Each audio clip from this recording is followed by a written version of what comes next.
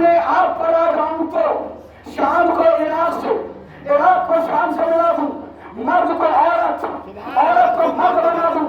جیسے امام حسن نے یہ جملہ کہا، ایک شکی کھڑا ہوا، ایک شک کرنے والا کھڑا ہوا، اس نے کہا حسن کو زیادہ نہیں ہو گیا، شام کو عراق کو شام سے ملانا، مرد کو عورت کو مرد بنانا، یہ کچھ زیادہ نہیں ہو گیا۔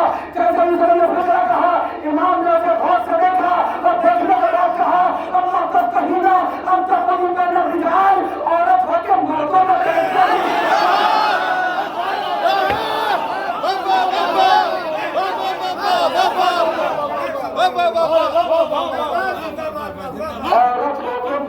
بیٹھتے ہوئے شرم نہیں آتی؟ امام نے کہا کہ عورت ہو جا، بس کہا تھا، شرم نہیں آتی؟ جس میں کہ نشے و برات بدلے، چھپی شرمایا نہیں، شرمائی، گھبرایا نہیں، گھبرائی، بھاگا نہیں، بھاگی۔ اچھا یہ میں نے جلد بازی میں جملہ کہہ دیا کہ عورت بنایا نہیں، آپ تاریخ اٹھا کے دیکھیے، عورت نہیں بنایا، عورت بنا دیتے ہیں، بیچ والا کیوں بنایا، مخنث کیوں بنایا؟ امام نے کہا مخنث اس لیے بنایا ہے کہ شام کی گلیوں میں چلتا پھرتا اشتہار کرے اور دنیا سمجھ لے کہ دیکھو تو ہمارے فضائل میں شک کرے گا، اسے اس پر راہ بنا کے کھڑا رہیں گے، نہ کس کی گنتی مردوں میں ہوتی نہیں۔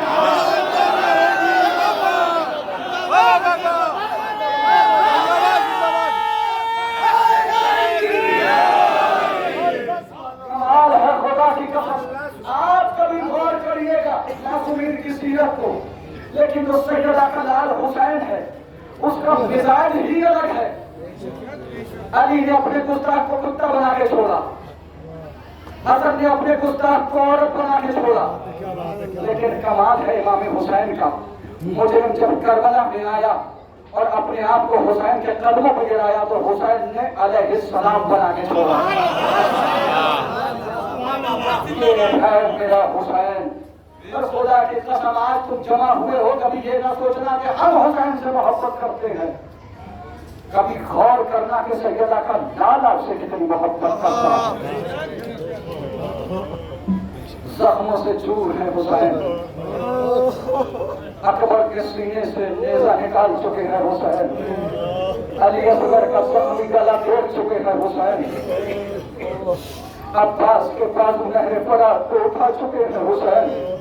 جب وقت آخر اپنے لال سجاد سے ملنے کے لیے آئے تو وصیت کی، اے میرے لال سجاد، یا بنیا اذا رجعت المدینہ بلغ لشیعتک سلام، اے میرے لال سجاد جب پلٹ کے مدینہ جانا تو میرے شیعوں کو میرا سلام دے، اے میرے لال سجاد جب پلٹ کے مدینہ جانا تو میرے شیعوں کو میرا سلام کہنا۔ آپ دیکھتے ہیں اربعین جب کوئی زائر سرزمین کربلا پر پہنچتا ہے تو عراق کے رہنے والے اس کے پانی کا انتظام، اس کے کھانے کا انتظام، اس کی مہمان نوازی میں لگ جاتے ہیں۔ کبھی آپ نے غور کیا یہ کیوں کرتے ہیں؟ یہ کیوں کرتے ہیں؟ آپ کو یاد ہوگا جب غریب زہرا کربلا پہنچے تھے اور امام نے زمین خریدی تھی تو بنی اسد کو یہ کہہ کے واپس کی تھی کہ دیکھو جب ہمارا کوئی چاہنے والا کربلا میں آئے تو اسے 3 دن تک مہمان رکھنا، دیکھو اسے کسی طرح کی کوئی پریشانی نہ ہو۔ غریب زہرا نے وقت آخر آپ کو یاد کیا ہے اور سید سجاد سے کہا میرے لال سجاد میرے شیعوں سے کہنا انا قتیل الابرار، میں وہ مظلوم ہوں جسے تڑپا کے قتل کیا ہے۔ اللہ خدا تیری خبر دے، میرا دل چاہتا ہے کہ میں دوست کرے شہزادی سکینہ کے حوالے سے آپ کی بارگاہ میں عرض کروں۔ یاد رکھیے گا جب آپ فضائل پر بولتے ہیں تو ذاکر کے دل کو سکون ملتا ہے، لیکن جب مسائل پر ہائے حسین کہہ کے گریا کرتے ہیں تو اسے بیوی کے دل کو سکون ملتا ہے، جس کا بازو بھی زخمی ہے، جس کا پہلو بھی جزاک اللہ، خدا کوئی غم نہ دے۔ بعد امام حسین دو ملاقاتیں ہیں جناب سکینہ کی حسین سے، ایک شام غریبہ، ایک زندان شام۔ لیکن ہر حسین کی یتیمہ کی برباد، شام غریبہ ملاقات ہوئی وہ بھی ادھوری، زندان شام میں ملاقات ہوئی وہ بھی ادھوری۔ شام غریبہ جب باپ سے ملاقات ہوئی تو جسم تھا، سر نہ تھا، اور زندان شام میں جب بابا سے ملاقات ہوئی تو سر تھا، جسم نہ تھا۔ اور ہے جناب سکینہ، جب شبر ملعون بی بی سکینہ کے گوشوارے لینے کے لیے آیا تو بچی نے ہاتھوں کو جوڑ کے کہا، اے ظالم، تم مجھے ہاتھ نہ لگانا، میں حسین کی یتیمہ ہوں، مجھے ہاتھ نہ لگانا، میں عباس کی بھتیجی ہوں، ہم ناموس رسالت ہیں، ہمیں ہاتھ نہ لگانا۔ بچی کہتی میں سخی حسین کی بیٹی ہوں، اپنے ہاتھوں سے مار کے دے دوں گی۔ بچی منجے منجے ہاتھوں سے ننگی ننگی بالیاں نکالنے لگی۔ جب بچی سے بالیاں نکلی تو طرف کے بیٹی ماما، جب بالیاں پہنائی تھی تو اتارنا بھی سکھا دے۔ اے میرے محمود بابا، جب بالیاں پہنائی تھی تو اتارنا بھی سکھا دیتے۔ جب بچی سے بالیاں نہ اتری، اس ظالم نے بالیاں پکڑی، یہ خالی بالیاں لے کے نہیں گیا، سکینہ کی کہانی کی لگے بجنا۔ جزاک اللہ، خدا کوئی غم نہ دے سوائے غم مظلوم کربلا کے۔ بڑی مظلوم ہے یہ بچی، عزادار 11 محرم کو جب سب کو اسیر کیا گیا، سب کو ناکوں پہ بٹھایا گیا، سکینہ کو بھی ناکوں پہ بٹھایا گیا تھا، لیکن مصیبت یہ تھی سکینہ کی کہ سکینہ کو اکیلے اونٹ پہ بٹھایا گیا۔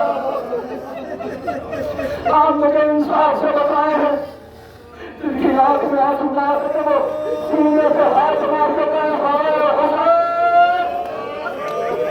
مولا حسین پرسالہ اپنی بچی کا، جسے کربلا میں شام کا کسی نے پرسا نہیں دیا، سو دیا یا تماچے مارنے کے لیے آیا، تاخیرانے مارنے کے لیے آیا۔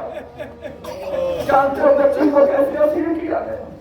اونٹ کو بٹھایا گیا، جناب سکینہ کو پھر پوچھتے لاکھوں سے سوار کیا گیا۔ آپ مجھے بتائیں، 4 سال کی بچی، جب ظالم اونٹ کو کھڑا کرتے تھے، اونٹ جیسے ہی کھڑا ہوتا تھا بچی پلنگی دے کے گھبرا جاتی تھی، سکینہ زمین پہ گر جاتی تھی۔ 3 مرتبہ سکینہ پشت ناکہ سے زمین میں کربلا پہ گری۔ سید سجاد نے کہا، خدا کے خوف سے ڈرو، یہ یتیمہ ہے حسین کی، یہ اپنے بابا کے سینے پہ سامنے ہلاتی ہے، اسے پشت ناکہ پہ سوار نہ کرو۔ شبر ملعون نے کہا، سرکار اب کی سکینہ اونٹ سے نہ گرے گی، عزادار سکینہ کو پشت کے بل اونٹ سے نکالا گیا، رسولوں سے باندھ دیا۔ سکینہ کو رسولوں سے باندھ دیا گیا۔ جب اونٹ سے بتا سکینہ کو رسولوں کی سرکار، ارے میرا بدن زخمی ہے، اے سکینہ، ہائے حسین، تو فکر اور زحمت تمام۔ جناب سکینہ سے مجھے سرکار سے کہا کرتی تھی، بھیا سرکار پیاس کی کتنی کیفیتیں ہوتی ہیں؟ سرکار لوگ کہتے تھے سکینہ، پیاس کی پہلی کیفیت ہے کہ ہوش خشک ہو جاتے ہیں، پیاس کی دوسری کیفیت ہے کہ زبان خشک ہو جاتی ہے، پیاس کی تیسری کیفیت ہے کہ گلے میں پھانسے پڑ جاتے ہیں، پیاس کی جب کیفیت اور بڑھتی ہے تو کبھی منہ کھولتا ہے انسان، کبھی بند کر لیتا ہے۔ جیسے ایک مچھلی جب پانی سے نکال دی جائے اور پانی سے باہر آنے کے بعد جب میری کبھی منہ کھولتی ہے کبھی بند کرتی ہے، اس کے بعد سکینہ نے کہا، بھیا جب پیاس کی کیفیت اور بڑھے تو کیا ہوتا ہے؟ سرکار نے کہا، سکینہ ہڈیاں سے رکھنے لگتی ہے۔ سرکار نے کہا، سکینہ کھڑی ہوئی ہڈیوں کے چمکنے دیا، اے بھیا سرکار پیاس میری ہڈیوں سے بیٹھ گئی ہے، اے سرکار مجھے نرم زمین پہ دفن کرنا ہے۔